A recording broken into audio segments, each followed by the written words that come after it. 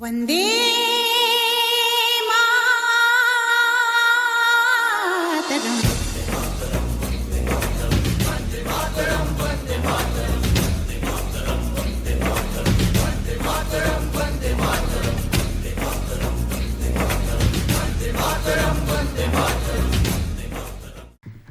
પૂજ્ય બાપુ,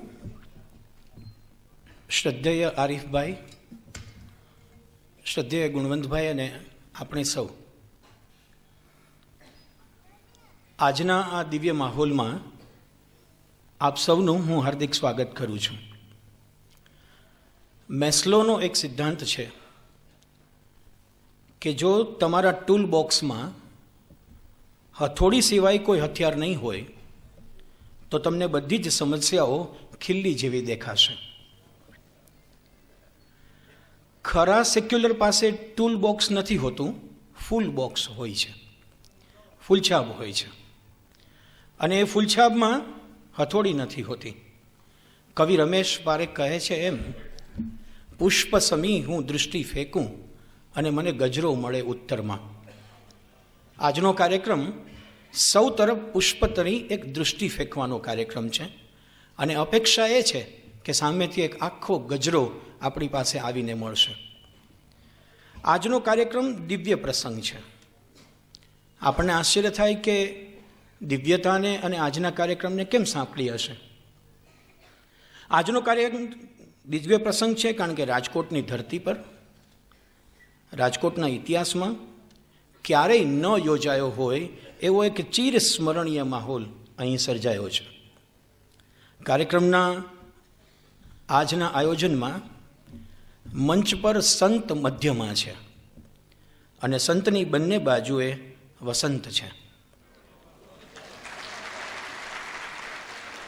સંતની બંને બાજુએ ભારતીય સંસ્કૃતિની બે વિચારધારાઓની વસંત છે અને એમને સંતના આશીર્વાદ મળ્યા છે. પછી એનાથી વધુ શું જોઈએ? આમ રાજકોટમાં જેમ કહેવાય છે કે રાજા કરે રાજ અને દરજી સીવે કોટ, એ રાજકોટ. પણ આજની વાત હવે બદલાઈ ગઈ છે. જ્યાં માનવી નામના રાજાનું રાજ અને વાસંતી સંતોએ જેને પહેરાવ્યો સ્વસ્થ સેક્યુલરિઝમનો કોટ, એવું આજનું હવે આ રાજકોટ છે. આમ પણ સૌને ખબર છે કે રાજકોટ રંગીલું શહેર છે. બહુ જ કોઈ ચીટિયા આંબળે તો પછી કાંઈક ખડખડાટ કરે એવું એ શાંતિનું શહેર છે. રાજકોટનો માહોલ જ એવો કે આપ લાખ રૂપિયાની ખરીદી કરવાના છો એ ખાતરી હોય તો પણ 12:30-1 વાગે તમારી હાજરીમાં તમારું શટર પાડી અને તમને કહે કે હવે સાંજે 4 વાગ્યા પછી. કદાચ આખા ભારતનું એક નગર એવું છે કે જ્યાં બપોરે બધા જંપી જ જાય છે. એટલે આ જંપનું રાજકોટ છે. ક્યારેય અજંપો એને લગભગ અનુભવ્યો નથી. કેટલાય લોકોએ પ્રયાસ કર્યા છે ભૂતકાળમાં એને અજંપિત કરવાના, પણ એને ઘોળીને પી જનારું આ રાજકોટ છે. અને એટલા માટે આજે આ રાજકોટ હકીકતમાં એક એવો નમૂનો લઈને આપણી સમક્ષ આવી રહ્યું છે જેમાં કોઈ વિધિવત આમંત્રણો નથી. માત્ર અખબારી યાદી અને મોટા મોટા હોર્ડિંગ્સની મદદથી આ સભાખંડમાં આપણે સમગ્ર દેશને એક સંદેશો આપવા ભેગા થયા છીએ કે સ્વસ્થ સેક્યુલરિઝમની શોધ કરવી હોય તો તમને રાજકોટમાંથી ચોક્કસ જડી આવશે. ઉમાશંકરભાઈનું શતાબ્દી વર્ષ છે. 3 વાના મુજને મળ્યા હૈયું મસ્તક હાથ, ચોથું નથી માગવું બહુ દઈ દીધું નાથ. આ સ્વસ્થ સેક્યુલરિઝમની આખી યાત્રા જ હૈયાથી શરૂ થાય ને પછી મસ્તકમાં આવે ને પછી હાથમાં આવે. બીજા બધા લોકોની યાત્રા મસ્તકથી શરૂ થાય અને વચ્ચે હૈયાને ચાતરીને પછી સીધી હાથમાં આવે. એટલા માટે તો કદાચ એમ કહેવાય કે અહીં જન્માષ્ટમીની શોભાયાત્રા હોય કે તાજિયાનું જુલુસ હોય, રસ્તે ઊભેનારો કોઈ પણ માણસ આદરથી માથું ઝુકાવ્યા વગર રહેતો નથી, એવું આ રાજકોટ છે. આપને જાણીને કદાચ આશ્ચર્ય થશે કે માતૃભાષાનું મહિમાગાન એવા પુસ્તકની બીજી આવૃત્તિનું વિમોચન રાજકોટ નાવ નામના અંગ્રેજી અખબાર દ્વારા યોજિત કાર્યક્રમના સ્થળમાં આજે થઈ રહ્યું છે. અને એ પણ આરીફભાઈ કરવાના છે. એટલે માતૃભાષા અને અંગ્રેજી પણ હાથમાં હાથ મિલાવીને ચાલે એવું મજાનું આજનો આ માહોલ સર્જાયો છે. માર્ગી હાથી આજના કાર્યક્રમના પ્રવક્તાએ સાચું કહ્યું કે ચારે તરફ આક્રંદ છે. પરિસ્થિતિ એવી છે કે ટૂંકમાં કહેવું હોય તો એટલું જ કહી શકાય કે પદાર્થો છલ્લોછલ છે પણ ચૈતન્યનો છાંટો નથી. ગતિ અમાપ છે પણ દિશા એક પણ નથી. જ્ઞાન અગાધ છે, કરુણા લેશ માત્ર નથી. જે આપે છે ઓછું ને માંગે છે જાજુ. વિકાસ થયો પણ મૂલ્યો ચૂકાયા. તંત્રજ્ઞો અને ઇજનેરો બનાવ્યા પણ માણસ નહીં બનાવી શક્યા આપણે. આચાર અને વિચાર વચ્ચે, વ્યક્તિત્વ અને ચારિત્ર્યની વચ્ચે કોઈ મેળ ખાય એવી હાલત નથી. બાપુ વિનોબાજી અને રાહુ કેતુની દુનિયા કહે છે.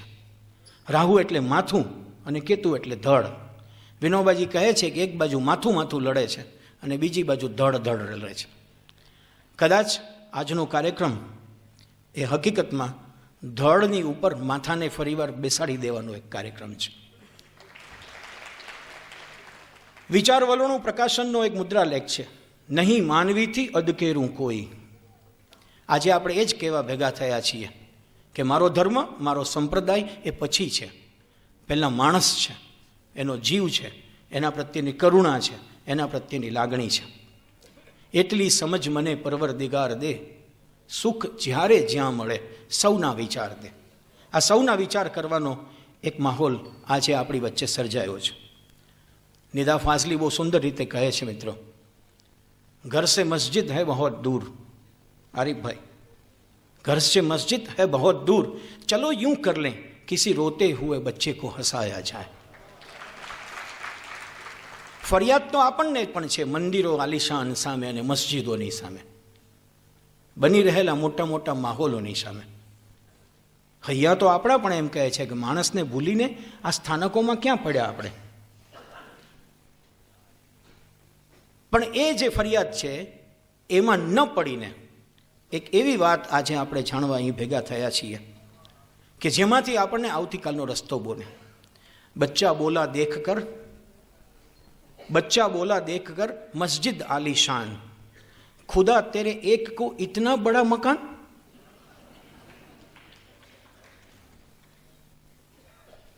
मेरे मासूम से कोने में एक छोटा सा बच्चा बड़ों की देख कर दुनिया बड़ा होने से डरता है. આપણે આવતીકાલના બાળકને ડરમાંથી બહાર લઈ આવવું છે, એટલા માટે આજે અહીંયા સ્વસ્થ સેક્યુલારિઝમની શોધમાં આપણે નીકળ્યા છીએ. મિત્રો, વધુ સમય લેવાનો નથી, કારણ કે સમય આધારિત કામ બરાબર 5 વાગે આપણે શરૂ કર્યું છે. આપ સૌનું હાર્દિક સ્વાગત કરું છું. આજના 3 મહાનુભાવો જે આપણા પથ પ્રદર્શકો છે. પૂજ્ય મોરારી બાપુ, ઓળખાણના શબ્દો જ્યાં ટૂંકા પડે ત્યાંથી મોરારી બાપુની ઓળખાણ શરૂ થાય. આરીફભાઈનો નાતો રાજકોટ સાથેનો નવનિર્માણ સમયનો છે. 1975-77 વખતથી આરીફભાઈ રાજકોટ સાથે જોડાયેલા છે. આજે વર્ષો પછી આપણી વચ્ચે આવ્યા છે. એક એવા સેક્યુલર છે કે જેણે એક પક્ષીય વિચારધારામાંથી બહાર નીકળીને પોતાના હૃદયમાં અને હૈયામાં જે ઉગ્યું તે ચોટદાર રીતે કહ્યું અને કહીને બહાર નીકળ્યા. અને આજે આરીફભાઈ જેવા ગણ્યા ગાંઠ્યા લોકો, આંગળીને વેઢે ગણાય એવા લોકો છે કે જે લાગે છે તે કહે છે. અત્યારનો માહોલ તો એવું છે કે તમે જે અનુભવો તે કહો તો પણ તમે વિક્ટિમાઇઝ થઈ જાઓ. આ એ માહોલની વચ્ચે આપણને ખબર છે કે આપણા પ્રધાનમંત્રીએ કહ્યું કે હું મજબૂર છું. એનોય માહિલો બોલી ઉઠ્યો કે મજબૂર છું. પણ એ મજબૂરીમાંથી એક વખત આરીફભાઈએ બહાર નીકળીને કહ્યું કે ના, હું મજબૂર નથી, મને લાગે છે તે હું તમને કહેવાનો છું. અને એ કહેવા એ આપણી વચ્ચે અહીંયા આવ્યા છે. હિન્દુ શાસ્ત્રો, સ્વામી શ્રી રામકૃષ્ણદેવ, વિવેકાનંદજી, બધા જ શાસ્ત્રોનો ગહન અભ્યાસ છે. અને અભ્યાસના આધારે એ પોતાની વાત આપણી સમક્ષ રજૂ કરવાના છે. ગુણવંત શાહ, જેને પૂજ્ય બાપુ વિચાર યજ્ઞના આચાર્ય કહીને બોલાવે છે. હું માનું છું કે આનાથી વધુ કોઈ ઓળખાણની ગુણવંતભાઈને જરૂર નથી. ગુણવંતભાઈ આપણને વ્યસન લગાડવામાં માહિર માણસ છે. રવિવારે ઘણા લોકો એમને વાંચે નહીં ત્યાં સુધી એની ચાવ ઉગતી નથી.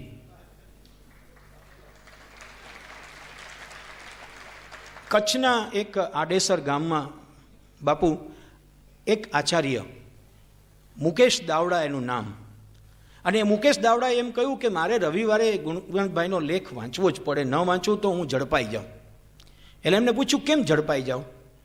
તો કે હું સોમવારે જેવો મારી સ્કૂલે જાઉં ત્યારે રસ્તામાં પેલું ડામર કામ કરનારો એક રોડ રોલર ચલાવનારો ડ્રાઈવર છે, ઉમર એનું નામ છે, એ ઉમરે રવિવારે ગુણવંતભાઈને વાંચ્યા હોય છે અને એની મારી સાથે સોમવારે ચર્ચા કરે છે. ઉમર પાસે ખોટો ન પડું એટલે પણ મારે તૈયાર થઈને સોમવારે જવું પડે છે. મિત્રો, આજના કાર્યક્રમમાં આપણે સૌ આ ત્રણેય મહાનુભાવો પાસેથી આપણું પથ નક્કી કરીને જવાના છીએ. આપણે એટલું નક્કી કરીને જવાના છીએ ત્યારે હૈયું મસ્તક હાથ અને માતૃભાષાનું મહિમાગાન. ગુણવંતભાઈને પણ પંચશીલ પદયાત્રા, માતૃભાષા વંદના યાત્રા એવી યાત્રાઓ કરવાનો અને સતત સમાજને જાગતા રાખવાનો એક શોખ છે. એમનું દિલ જો ચચરે છે, એમને જો કથામાં પણ હાનિ પહોંચે છે તો એ સમાજમાં વહેંચે છે, વહેંચીને પછી નીકળી પડે છે અને મોટો જનમત ઊભો કરે છે. એ માતૃભાષા મહિમા ગાન એ આજથી 1 વર્ષ પહેલાં આ બંને પુસ્તકોનું વિમોચન માતૃભાષા યાત્રા વખતે થયું. એમની બીજી આવૃત્તિનું લોકાર્પણ આજે પૂજ્ય બાપુ અને આરિફ મોહમ્મદ ખાનના હસ્તે થવાનું છે. આપણે સૌ એટલું યાદ રાખીએ અને એટલું સ્વીકારીને આજે જોઈએ કે આપણને કોઈને પ્રત્યે પ્રેમ કરવાની છૂટ, કોઈને ધિક્કાર કરવો હોય તો કરવાની છૂટ. બાપુ ઘણીવાર કહે છે કે કોઈને રોકી ન શકાય, પણ એટલે એટલો સંકલ્પ કરીને જવાના છીએ કે તમે હું જે છું તે માટે મને ધિક્કારી શકો, તમે મને હું જે છું એટલા માટે મને ધિક્કારી શકો, પરંતુ પછી હું જે નથી તેના માટે તમે મને પ્રેમ પણ કરી શકો. Thank you very much.